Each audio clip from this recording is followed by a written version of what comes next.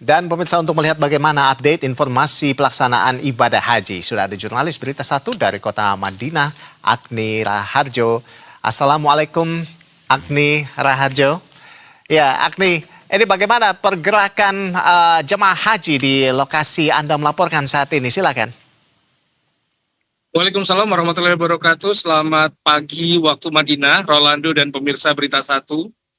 Saat ini saya melaporkan dari kawasan Masjid Bir Ali yang menjadi lokasi pengambilan mikot atau niat ihram dan umroh bagi jemaah haji gelombang pertama dari Madinah menuju ke Mekah. Hari ini menjadi puncak pergeseran jemaah dari Madinah ke Mekah karena dijadwalkan ada 23 kloter dengan total jemaah mencapai lebih dari 9.100 orang yang akan bergerak dari Madinah menuju ke Mekah. Nantinya mereka akan melalui Masjid Bir Ali ini untuk mengambil mikot, kemudian berniat ihram dan umroh, juga memperbarui wudhu dan melakukan sholat sunnah 2 rakaat di Masjid Bir Ali ini. Karena hari ini menjadi puncak, maka situasi di Masjid Bir Ali ini menjadi semarak. Karena ribuan jemaah Indonesia hadir di sini untuk kemudian akan bergerak menuju Mekah. Tentunya hal ini akan menjadi tantangan tersendiri bagi kami, petugas penyelenggara ibadah haji atau PPIH. Namun dedikasi dan ketulusan yang diberikan petugas tentunya menjadi yang utama untuk menjamin kelancaran rangkaian ibadah jemaah haji Indonesia, khususnya jemaah haji lansia dan disabilitas.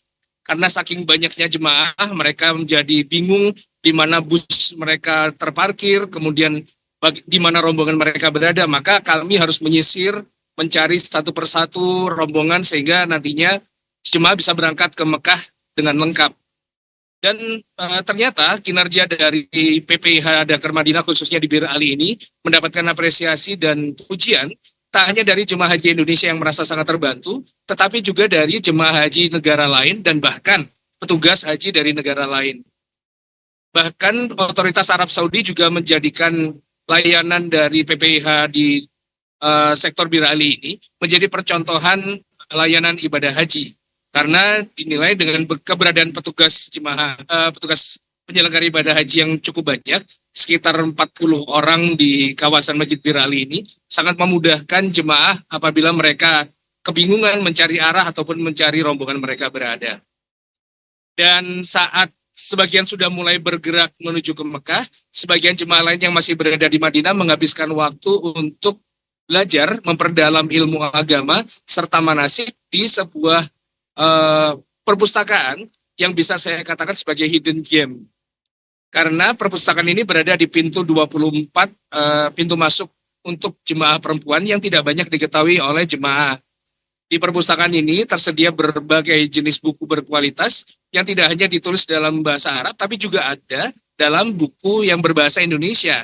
Dan hal ini tentunya sangat memudahkan jemaah bila ingin membaca, menghabiskan waktu sambil belajar, dan kemudian juga menghindar dari sengatan cuaca panas yang saat ini tengah melanda Madinah dan kota Makkah.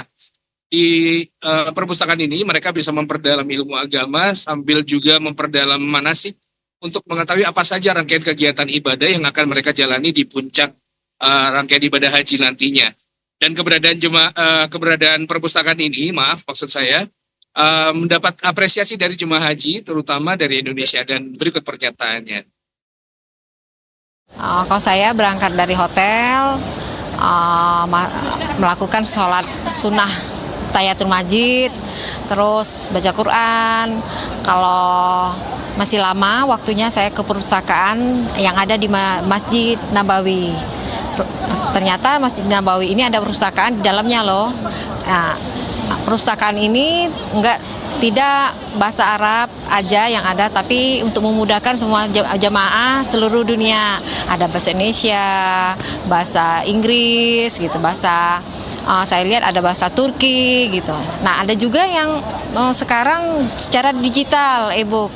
Itu juga semua negara bisa menggunakan e-book itu untuk isinya. Saya lihat ada tata cara sholat Rasul, bukunya e-booknya juga ada berbuat baik gitu, tauhid gitu.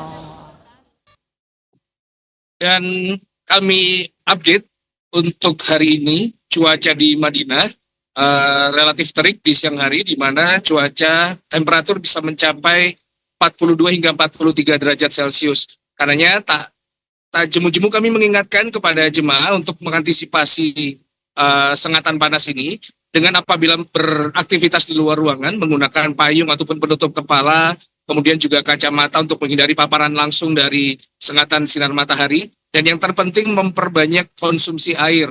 Setidaknya setiap 30 menit mengonsumsi 1 gelas air, karena hal ini sangat penting untuk menjaga cairan dalam tubuh jemaah dan menghindarkan jemaah dari dehidrasi yang tentunya akan merugikan rangkaian ibadah jemaah selama berada di Tanah Suci. Rolando. Baik, Agni Raharjo, ya jangan lupa tetap jaga kesehatan di sana, di tengah teriknya panas di sana, cuaca mencapai suhu udara mencapai 42 hingga 43 derajat Celcius. Dan kita berharap semoga ibadah hajinya bisa berjalan dengan lancar. Terima kasih, salam sehat selalu dan sampai jumpa di Indonesia. Jurnalis Berita 1, Agni Raharjo.